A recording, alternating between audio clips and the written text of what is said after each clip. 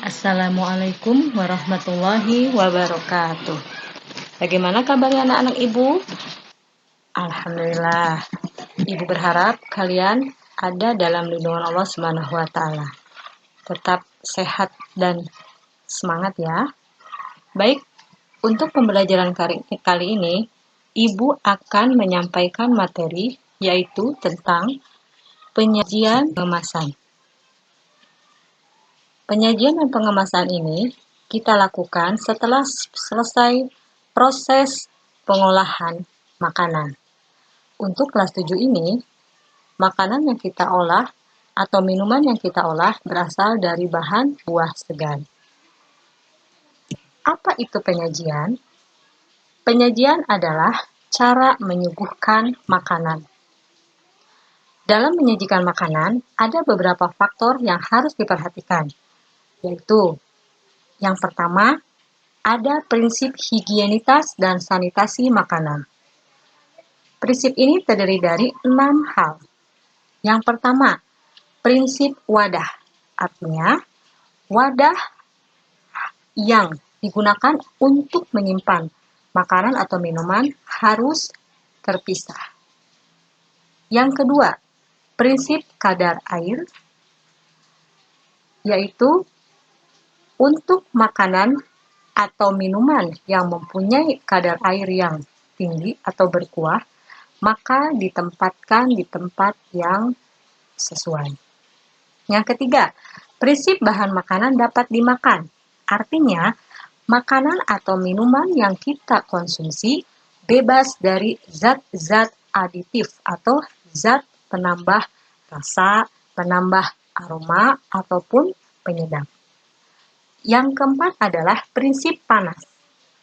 Artinya, makanan yang cocok dihidangkan dalam keadaan panas harus segera dimakan setelah selesai dibuat. Yang kelima adalah prinsip alat bersih. Artinya, semua peralatan yang akan kita gunakan harus dalam keadaan bersih. Dicuci terlebih dahulu dan dalam keadaan kering. Dan yang keenam adalah prinsip penanganan makanan.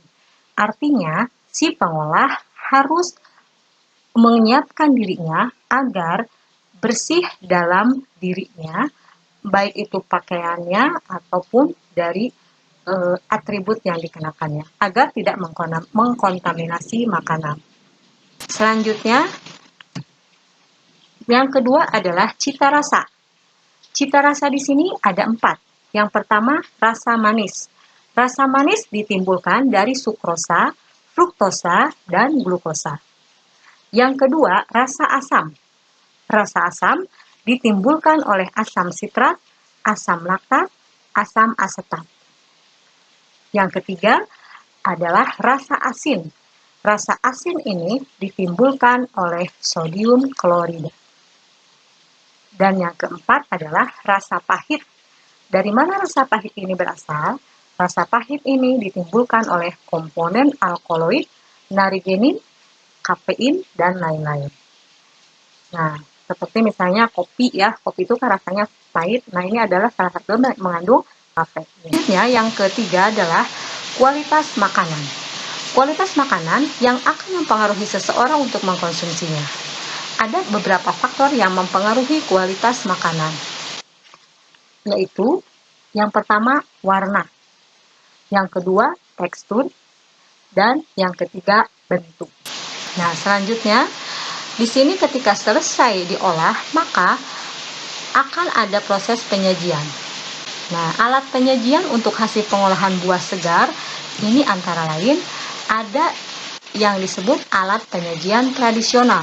Seperti apa? Nah, ini kita bisa lihat ada alat penyajian dari bahan tempurung kelapa. Bisa digunakan untuk menyimpan aneka minuman segar, misalnya es campur atau es kelapa muda disajikan di dalam gelas batok tempurung kelapa tersebut. Yang kedua adalah ada alat penyajian modern. Apa contohnya? Nah, di sini ada gelas koktail, ya, gelas yang berasal dari bahan kaca. Ya, ini termasuk dalam peralatan modern. Terus tentang penyajian. Lalu sekarang kita bicara tentang pengemasan. Pengemasan adalah aktivitas merancang dan memproduksi wadah atau pembungkus suatu produk. Tujuan pengemasan makanan adalah 1. Melindungi dari bahaya fisik. 2. Melindungi dari kondisi iklim luar kemasan. Yang ketiga, memudahkan dalam pengantaran atau transportasi. Yang keempat, dapat menentukan porsi atau jumlah makanan.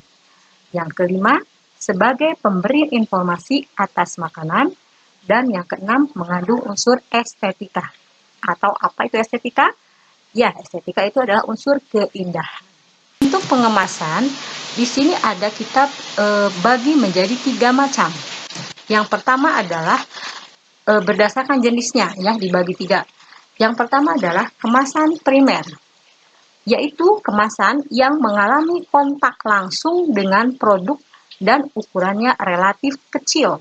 Contohnya adalah kemasan yang terbuat dari plastik, kemudian dari kardus, dan dari kaleng. Kemasan sekunder, yaitu kemasan yang tidak mengalami kontak langsung dengan produk makanan. Kemasan ini berisi sejumlah kemasan-kemasan primer. Misalnya, kardus ukuran besar yang di dalamnya ada kemasan-kemasan primer yang dimasukkan ke dalam wadah kardus tersebut. Dan yang kedua ada toples, di mana toples itu nanti akan diisi oleh beberapa kemasan primer. Yang tadi ada misalkan dari plastik yang kemasan primernya misalnya produk makanan dibungkus plastik, kemudian plastik-plastik tersebut dimasukkan kembali ke dalam toples. Dan yang ketiga adalah kemasan tersier. Apa itu kemasan tersier? Kemasan tersier adalah kemasan yang digunakan untuk menggabungkan dan melindungi kemasan-kemasan sekunder. Contohnya, di sini ada peti yang terbuat dari bahan kayu, di mana di dalam peti itu bisa dimasukkan beberapa kemasan sekunder, misalnya kardus-kardus yang tadi kalian lihat di kemasan primer, di kemasan sekunder itu bisa dimasukkan ke dalam peti. Kemasan tersier ini disebut juga kemasan distribusi atau kemasan transportasi, artinya untuk mendistribusikan ke daerah yang lebih jauh menggunakan mobil kontainer. Nah, ini kontainer dan kardus dengan kotak karton gelembung ini juga salah satu contoh dari kemasan tersier. Nah, ini saja mungkin materi hari ini yang bisa Ibu sampaikan. Ibu berpesan, silahkan kalian amati, cermati, kalian pahami, dan silahkan kalian buat catatan berdasarkan materi yang sudah Ibu bahas.